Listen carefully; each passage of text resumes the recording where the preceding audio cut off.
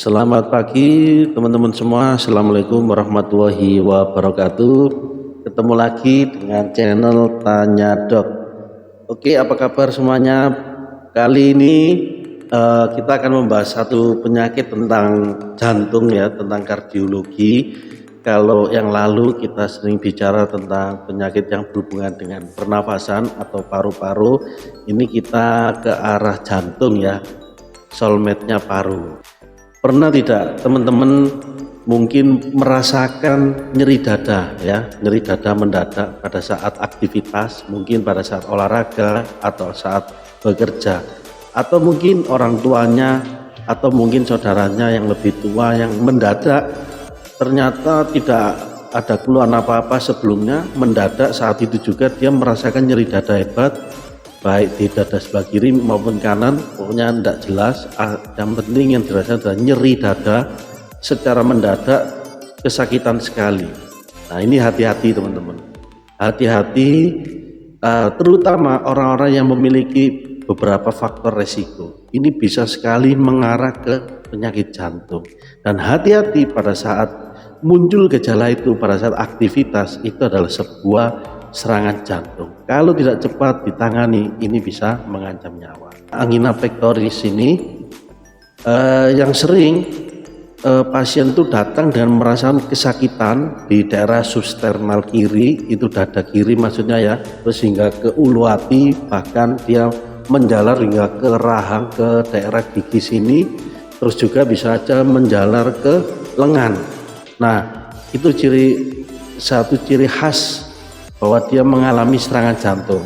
Yang kedua, dilihat durasinya, berapa lama serangan itu terjadi ya.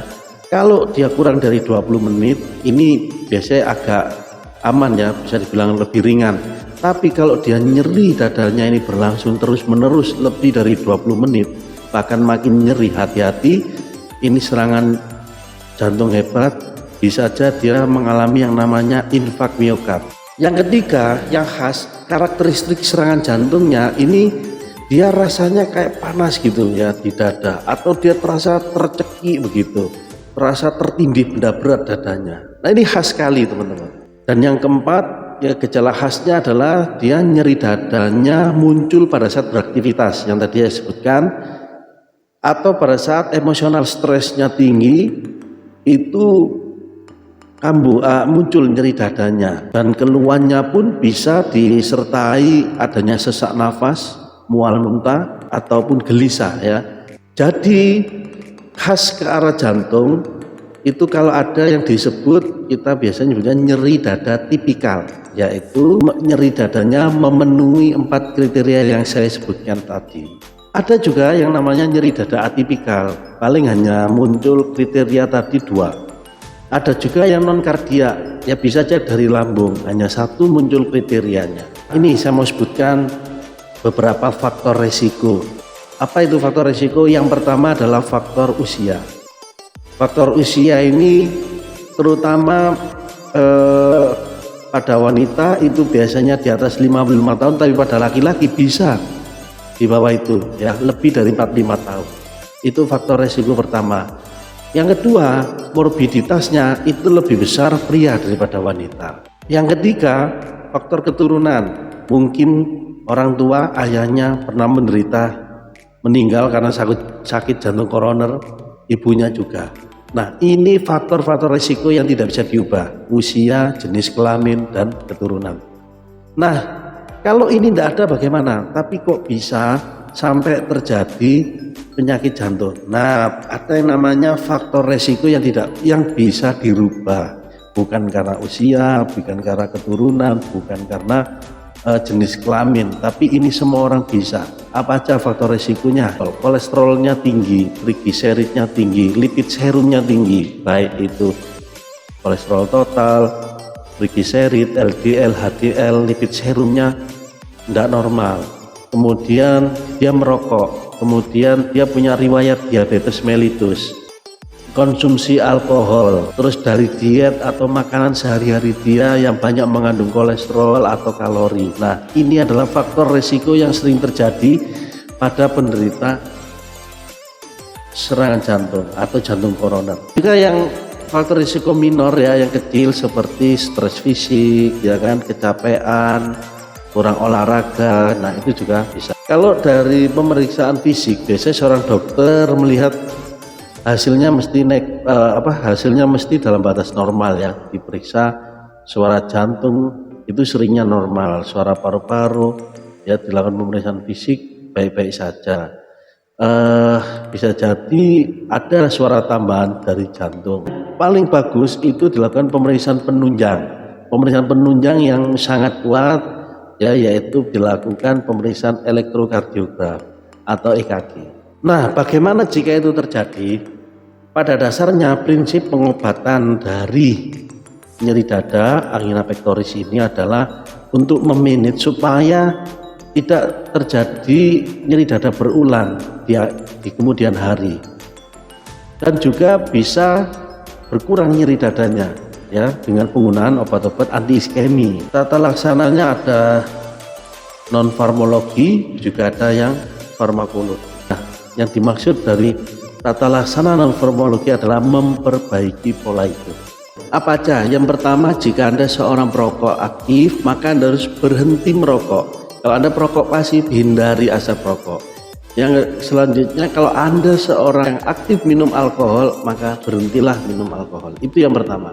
Yang kedua, konsumsi buah-buahan ya, yang tinggi serat, sayur-sayuran, sereal atau minyak ikan ya. Yang ketiga, kurangi konsumsi karbohidrat dan garam. Karbohidrat paling banyak ada pada nasi ya, dikurangi. Garam juga perlu, penggunaan garam, asin-asin perlu dikurangi. Yang keempat, juga perlu melakukan olahraga terutama aerobik, lakukan selama 2-30 menit, paling tidak dalam seminggu bisa 3-5 kali. Nah, yang kelima, kurangi berat badan. Nah, ini dilihat dari BMI. Targetnya dari BMI, body mass index itu kurang dari 25. Lalu juga cek lingkar pinggang. Kalau lingkar pinggang perempuan ya mestinya kurang dari 80, kalau laki-laki kurang dari 90. Yang keenam, kontrol kadar lipid LDL, itu harus bisa di bawah 70 teman-teman ya, ini salah satu serum lipid juga. Kalau Anda penderita diabetes, maka harus bisa mengontrol HbA1c ya. Pengecekan HbA1c itu harus bisa kurang dari 7%. Dan yang ke-8, mengontrol tekanan darah secara rutin. Targetnya harus bisa di bawah 140/90. Itu adalah tata laksana non farmakologi yang bisa teman-teman lakukan, atau saran untuk orang tuanya buat yang usia 45 tahun ke atas yang beresiko, perbaiki pola hidup. Mumpung belum, apalagi sudah pernah serangan, hati-hati sekali. Nah, untuk terapi farmakologi ini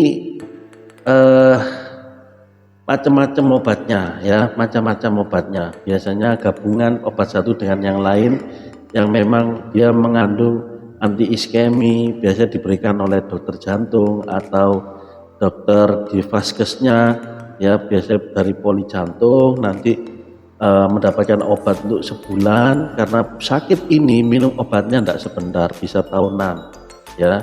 Dan kalau sudah stabil biasanya bisa melakukan program BRB ya, ngambil obatnya hanya cukup di vaskes tingkat pertama. Oke teman-teman, itu aja yang bisa saya sharingkan kali ini. Segera lakukan perbaikan pola hidup ya, agar apa? Agar hidup teman-teman makin berkualitas dan berumur panjang insya Allah. Kalau ada pertanyaan, teman-teman boleh tanyakan di kolom komentar, atau ada saran atau kritikan boleh semua disampaikan di kolom komentar.